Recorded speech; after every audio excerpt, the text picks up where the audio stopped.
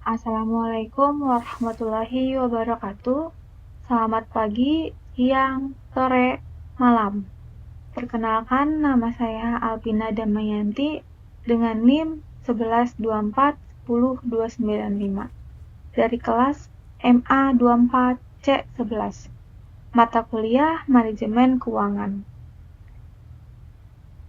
Dengan dosen Ibu Purwanti. Di sini saya akan menjelaskan hasil tugas saya yang berjudul Analisis Keuangan UMKM Jajanan Cireng.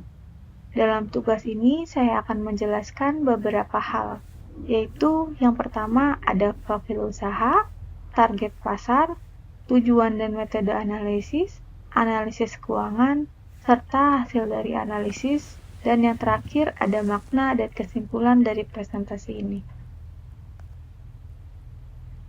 Baik, di kesempatan kali ini saya mau memperkenalkan sebuah usaha rumahan yang cukup menarik, yaitu Jajanan Cireng. Jajanan Cireng ini berdiri sejak tahun 2023 dan bergerak di bidang kuliner, tepatnya dalam pembuatan cireng atau aci digoreng. Salah satu cemilan khas Indonesia yang banyak digemari. Usaha ini dijalankan dengan modal milik sendiri dan berlokasi pun di rumah. Meskipun menggunakan peralatan yang sederhana, pemiliknya tetap mengutamakan kualitas rasa, kebersihan, dan kepuasan pelanggan. Produk yang dihasilkan pun juga bervariasi, ada banyak varian rasa yang bisa mengunggah para pelanggan. Di antaranya, ada ayam suwir pedas, kulit, jando, keju, dan yang terakhir ada ayam suwir original. Tiap varian punya rasa unik yang bikin pelanggan pingin nambah lagi.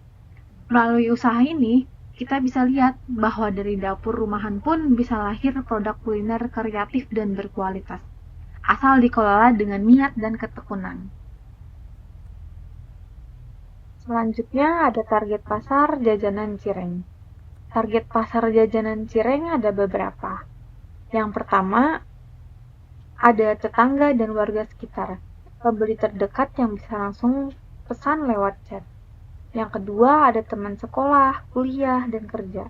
Dan itu bisa promosi lewat grup WA.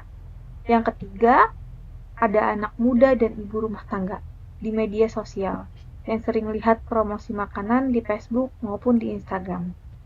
Dan yang terakhir, ada pengguna media sosial lokal.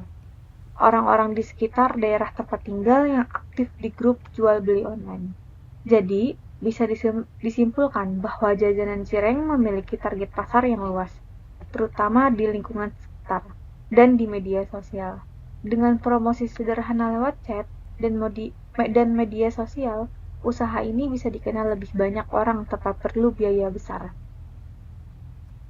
Selanjutnya ada tujuan dan metode analisis. Tujuan dari analisis Jajanan Cireng ini adalah untuk mengetahui bagaimana kualitas rasa, tekstur, dan minat pembeli terhadap cireng dengan berbagai varian rasa. Selain itu, untuk melihat varian rasa mana yang paling disukai dan berpotensi laku di pasaran. Metode analisis. Dalam penelitian ini kami menggunakan 3 metode utama. Yang pertama ada observasi atau pengamatan. Melihat langsung proses pembuatan dan hasil cireng dari tiap varian rasa. Dan yang kedua ada uji rasa atau tes produk. Memberikan sampel cireng kepada beberapa orang untuk mencoba, lalu meminta pendapat mereka. Dan yang terakhir ada kuesioner atau angket sederhana. Menyebarkan pertanyaan singkat tentang rasa, tekstur, harga, dan kesukaan konsumen. Dengan 3 metode ini, kami berharap bisa mendapatkan hasil yang akurat mengenai produk cireng yang paling diminati konsumen. Selanjutnya ada analisis keuangan. Yang pertama kita lihat dari modal awal. Modal awal adalah 400.000 yang digunakan untuk membeli bahan seperti tepung tapioka, bumbu, ayam, minyak goreng, plastik kemasan, dan peralatan seperti wajan serta kompor. Yang semua di total adalah 400.000.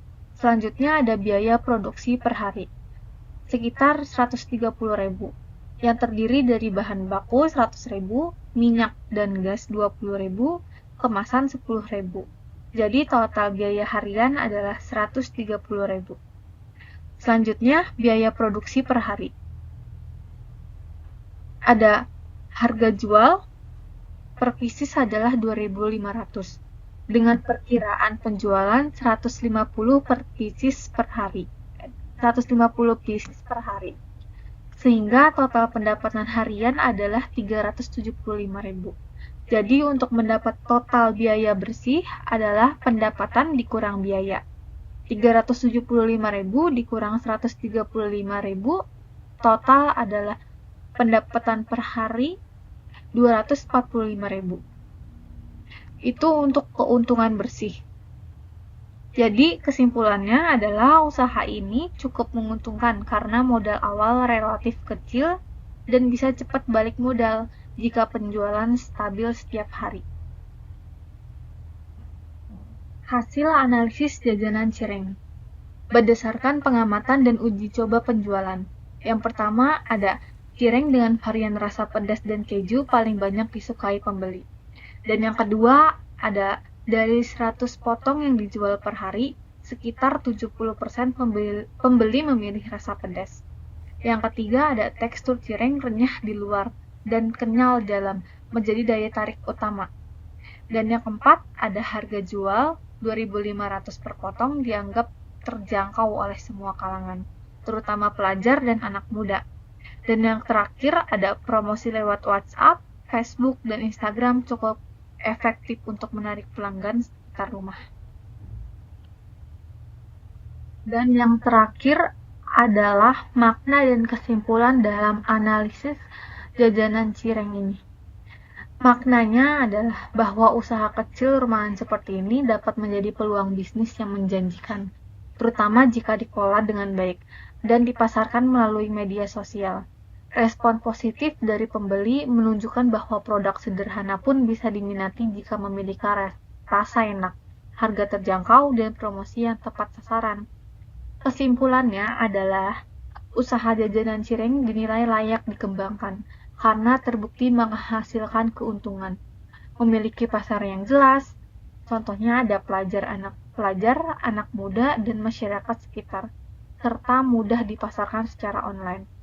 Dengan menjaga kualitas rasa dan menambah variasi produk, usaha ini berpotensi tumbuh dan memberikan penghasilan yang stabil bagi pelaku usaha rumahan. Baik, mungkin itu saja yang dapat saya sampaikan terkait analisis keuangan UMKM jajanan cireng. Semoga dalam analisis ini bisa bermanfaat untuk siapapun pelaku UMKM. Atas perhatiannya, saya ucapkan terima kasih banyak. Wassalamualaikum warahmatullahi wabarakatuh.